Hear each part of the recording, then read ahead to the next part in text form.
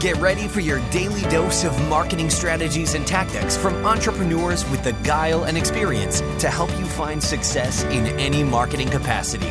You're listening to Marketing School with your instructors, Neil Patel and Eric Su.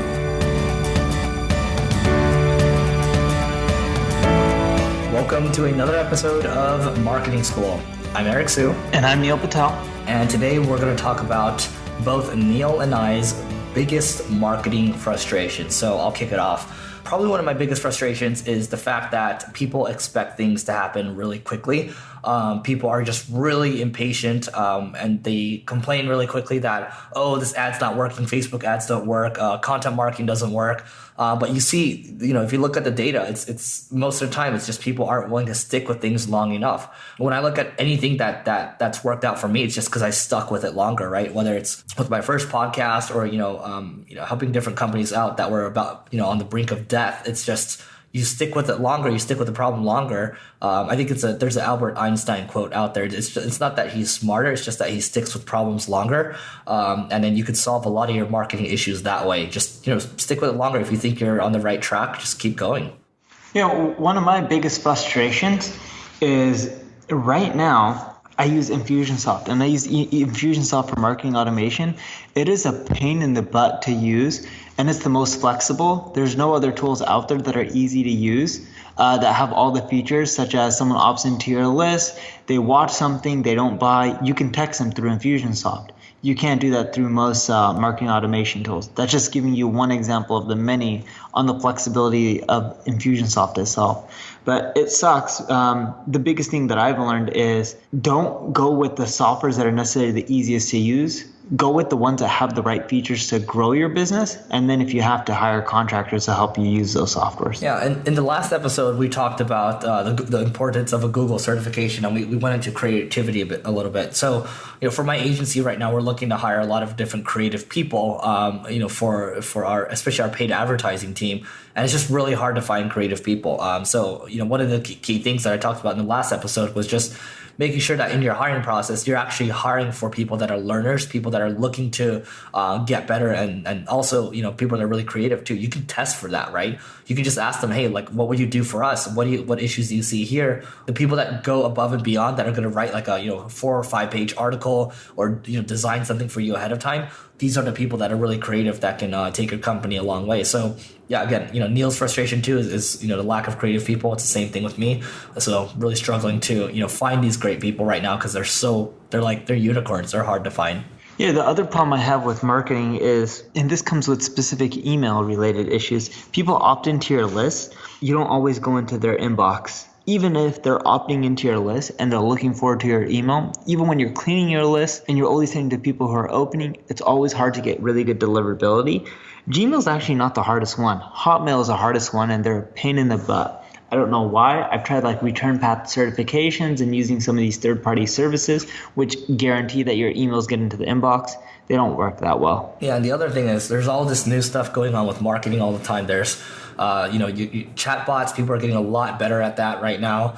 You see AR, you see VR out there, on the horizon, all this other stuff that's going on. And, one of my thing is, I always like to learn, but it's hard to stay on top of all this stuff. And, you as a leader of the company or, solopreneur, you can't be able to control everything. So my frustration is not being able to touch everything. But again, this ties back to hiring, right?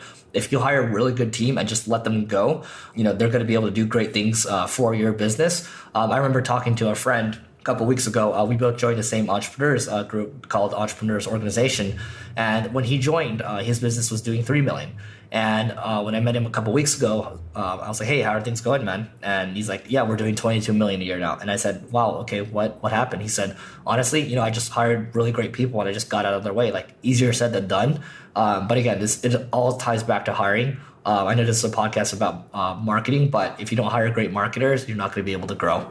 Yeah, and you're going to always have marketing frustrations, and that's okay. We have them as well, right? And that's why we did this episode, to open up and show you that even our stuff isn't perfect, but you don't have to be perfect to create a big business.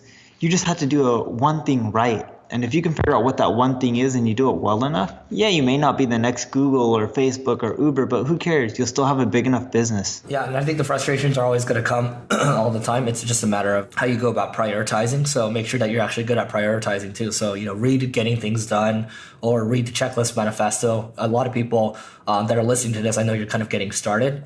So you have to learn how to prioritize better. Otherwise, you're just going to get stuck with all these frustrations and you're just not going to do anything about it and you're going to be stuck where you are. I want to leave on a happy note. We are giving away a free tool. This one is called Mixmax. So it is a kind of a sales and marketing outreach tool. It's similar to Yesware, but they're both different. I know with Mixmax, I personally use it. I can set different sequences and I can personalize things a little more, and I can, schedule things to send out later, and then, also set reminders for myself. And I believe Yesware can do the same. So they're both very similar, but the Yesware giveaway is only for one person.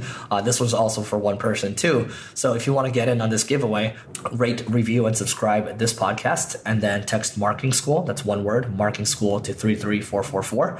And we will see you inside. Neil, anything else to add? With all these tools and giveaways that we're doing, and even with any tools that we mention, a lot of times that you'll find that there's competing tools that work amazingly well, right? What you have to do is not necessarily be in love with one or the other. Try a lot of them until you find what works for you and use that. It doesn't matter if there's a better solution out there or someone's claiming that their tool is better. If the one that you're using you're happy with and it's solving your problems, then cool, stick with it. That's it for today's episode. We will see you tomorrow. This session of Marketing School has come to a close. Be sure to subscribe for more daily marketing strategies and tactics to help you find the success you've always dreamed of. And don't forget to rate and review so we can continue to bring you the best daily content possible. We'll see you in class tomorrow, right here on Marketing School.